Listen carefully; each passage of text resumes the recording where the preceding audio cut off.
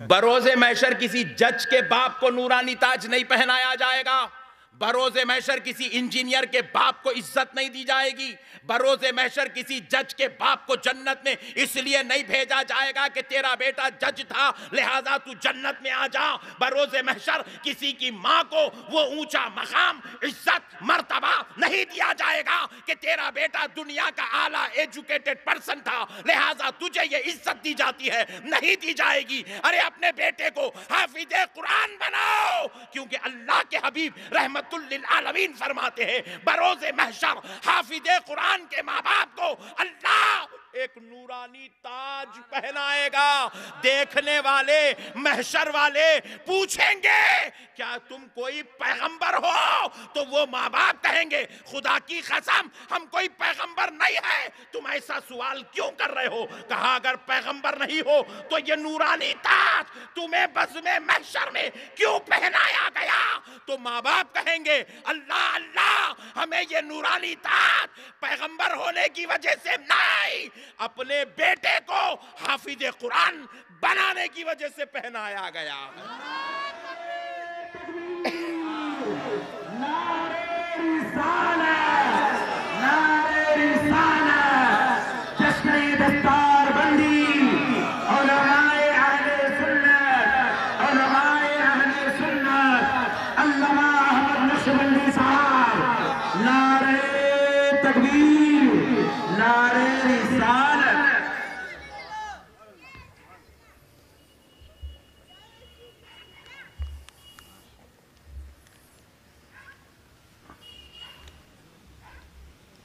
میرے پیارے بزرگوں اور دوستو، اس شان کے مالک بن جاؤ میرے بھائی۔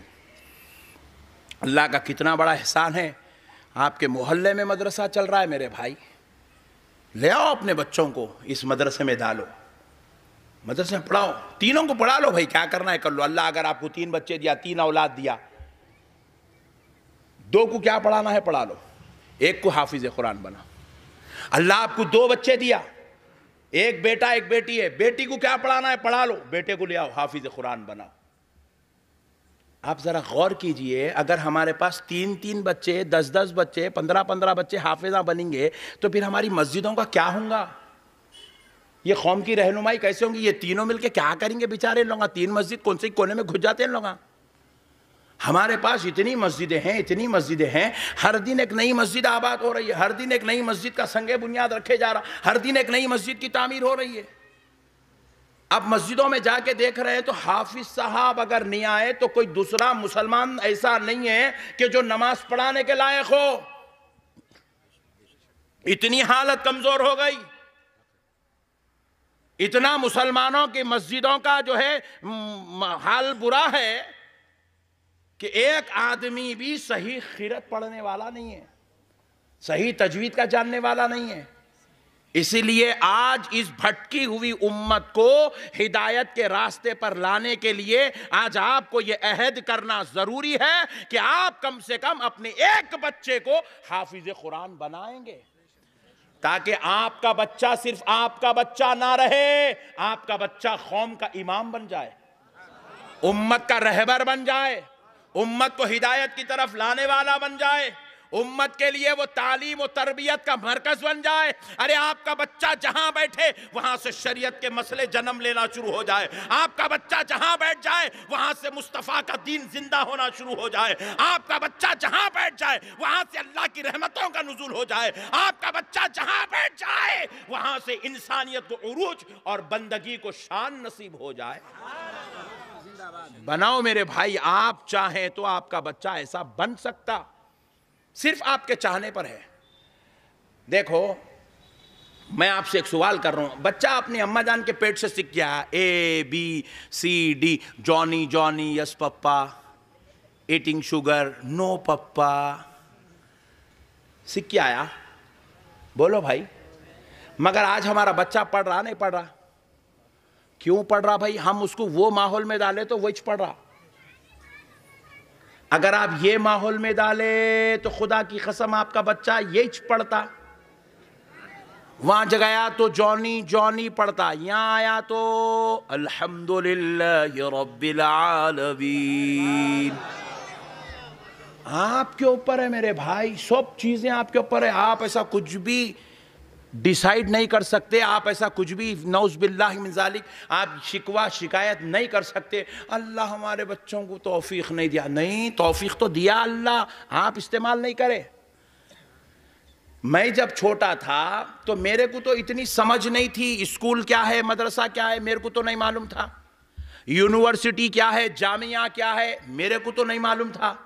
مگر میرے والد محترم ڈیسیشن لیے، فیصلہ لیے کہ میں اپنے بچے کو حافظ قرآن بناؤں گا. آج ان کا یہ فیصلہ، آج اس وقت کا ان کا وہ فیصلہ آج میرے لیے نجات کا سبب بن گیا، میرے لیے بخشش و مغفرت کا سبب بن گیا. میں آج اپنے باپ کے لیے، میرے بابا انتقال کر گئے مگر میں ہر نماز میں دعا کر رہا ہوں، اے اللہ میرے بابا کو تو اعلیٰ درجہ مقام نصیب فرما، ان کی قبر میں کروٹ کروٹ نور کی بارش عطا فرما. کیونکہ اگر میرے بابا میرے لیے یہ فیصلہ نہیں لیتے تو اے اللہ نہ میں آج عالم دین ہوتا، نہ میں حافظ قرآن ہوتا، نہ میں ایک مقرر ہوتا، نہ میں قوم کو ہدایت کی بات بتاتا، نہ اے اللہ میری زندگی اتنی عز و شان کے ساتھ گزرتی. میری پوری زندگی پہ استاذ کا کرم بعد میں ہے، پیر کی دعائیں بعد میں ہیں، سب کا سہارا بعد میں ہے، میرے باپ کا فیصلہ پہلے ہے. باپ کا فیصلہ پہلے ہے. آپ باپ ہیں، آپ فیصلہ لو اپنے بچوں کو حافظ قرآن بنانے کا. ایک وعید سن لو میرے آقا کریم علیہ السلام کی. میرے آقا کا جلال دیکھو، نبی پاک علیہ السلام فرما رہے ہیں میری امت میں یتیم 2 قسم کے ہیں. کتنے؟ زور سے بولو. 2 قسم کے ہیں. فرمایا پہلا یتیم وہ ہے جس کے بالغ ہونے سے پہلے اس کا باپ مر جائے. اللہ اکبر. جس کے بالغ ہونے سے پہلے اس بچے کا باپ مر جائے، وہ بچہ یتیم ہے. بالغ نہیں ہوا، باپ کا انتقال ہو گیا، بچہ یتیم ہے. فرمایا دوسرا یتیم وہ ہے بچہ بالغ ہو گیا، باپ بھی زندہ ہے، پھر بھی وہ بچہ یتیم ہے. پھر بھی وہ بچہ، زور سے بولو، یتیم ہے. ہم بڑے تعجب میں پڑ گئے، بولے اے اللہ. صحابہ اکرام عرض کرنے لگے یا رسول اللہ، بچہ بالغ بھی ہو گیا، باپ زندہ بھی ہے، پھر بھی وہ بچہ یتیم کیسے؟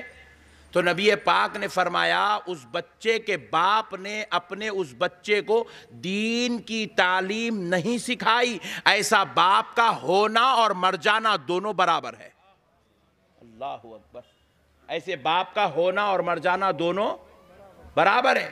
اسی لیے کہتے ہیں کہ وہ بچہ یتیم ہے جس کا باپ زندہ ہو اور اس نے اپنے بیٹے کو دین کی تعلیم نہ سکھائی ہو. ایسا بچہ یتیم ہے، وہ باپ مر جانے کے برابر ہے. میرے پیارے بھائیوں، اللہ کے واسطے آپ ایسے مت بنو. میرے بھائی آج ایک فیصلہ کر لو. میں آپ سے ایک سوال کرنا چاہتا ہوں، کیا آپ اپنے بچوں کو دنیا میں اس لیے لائے، اس لیے ان کو پیدا کرے، اس لیے ان کے لیے کوشش کرے؟ کسی کے گھر میں بچے نہیں ہو رہے، عورتیں پیچھے بیٹھے ہوئے، لوگ معلوم بچے نہیں ہوئے تو پورے حیدرآباد کے سب سے بڑے ڈاکٹر کا علاج کرانے تیار ہے. 6 سال ہو گئے شادی ہو کے بچہ نہیں ہوا، 6 سال ہو گئے بچہ نہیں ہوا، 6 سال ہو گئے بچہ نہیں ہوا، بچہ نہیں ہوا. عاملہ پریشان ہیں، درگاہوں پہ مجاورہ پریشان ہیں، دواخانے میں ڈاکٹرہ پریشان ہے. بچہ ہو رہا کہیں کو نہیں، اس کو نہیں ہوا تو اتنی کوشش کر رہی. مگر ذرا ایمانداری سے بولو، ہوا تو کیا کر رہی؟ آپ اتنی کوشش کر کے بچے کو کیا اس لیے پیدا کرے تاکہ وہ جہنمی بنے؟ کیا وہ جہنمی آپ بنانے کے لیے اپنی اولاد کو دنیا میں لے آئے؟ کیا آپ اپنے بچوں کو دوزخی بنانے کے لیے دنیا میں لے آئے؟ کیا آپ اپنے بچوں کو اللہ کے غیظ و غضب کا شکار کرنے کے لیے دنیا میں لے آئے؟ آپ بولیں گے نہیں.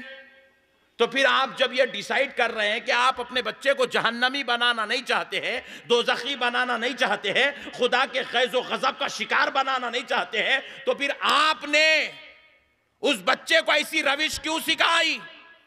آپ اس کو ایسے ماحول میں، ایسی سوسائٹی میں بٹھا رہے ہیں. وہ 14 سال کا بعد میں ہوتا ہے، سگریٹ پینا پہلے شروع کر رہا ہے. وہ 18 سال کا بعد میں ہوتا ہے، عاشقی پہلے سیکھ رہا ہے، وہ جو ہے جوان بعد میں ہوتا ہے، گٹکے کھانا پہلے سیکھ گیا ہے، وہ عقل مند بعد میں ہوتا ہے، ناچنا گانا پہلے سیکھ رہا ہے، اس کو عقل ابھی نہیں آئی ہے، وہ کھڑے ہو کر پیشاب کرنا سیکھ گیا ہے، ماں باپ کی آنکھوں میں آنکھیں ڈال کر بات کرنا سیکھ گیا ہے، بد کلامی سیکھ گیا ہے، گالی گلوچ سیکھ گیا ہے، گستاخانہ طبیعت کا مزاج کا مالک بن گیا ہے، ماں باپ کا بے ادب ہو گیا ہے، بڑوں کے ساتھ گستاخی کرتا ہے، بڑوں کی بے ادبی کرتا ہے۔ یہ سارا گندا ماحول آپ نے اپنی اولاد کو سکھا دیا، ویسے ماحول میں بٹھا کر، ویسی سوسائٹی میں بٹھا کر آپ نے اپنی اولاد کو خراب کر دیا۔ خراب کر دینا اس بات کی دلیل بن گیا کہ یہ بچپن میں اتنا خراب ہے، تو اب سوچو جوانی کا عالم کیا ہوگا، بڑھاپے کا عالم کیا ہوگا۔ اور جب ایسی نافرمان اولاد مر جاتی ہے، جنت میں جگہ نہیں ملتی، یہ جہنمی اولاد ہے۔ اور ان کو جہنمی بنانے میں نہ کسی ہیرو کا رول ہے۔ میری بات توجہ، آپ کی توجہ کا طالب ہوں، میرے ایک ایک بات کو اپنے دل کے کورے کاغذ پہ لکھ لو۔ اس بچے کو جہنمی بنانے میں، ماں باپ کا نافرمان، بڑوں کا گستاخ، خاندان کے قبیلے کے بزرگوں کا بے ادب بنانے میں نہ کسی ہیرو کا رول ہے، نہ کسی ٹیچر کا رول ہے، نہ کسی لیکچرر کا رول ہے،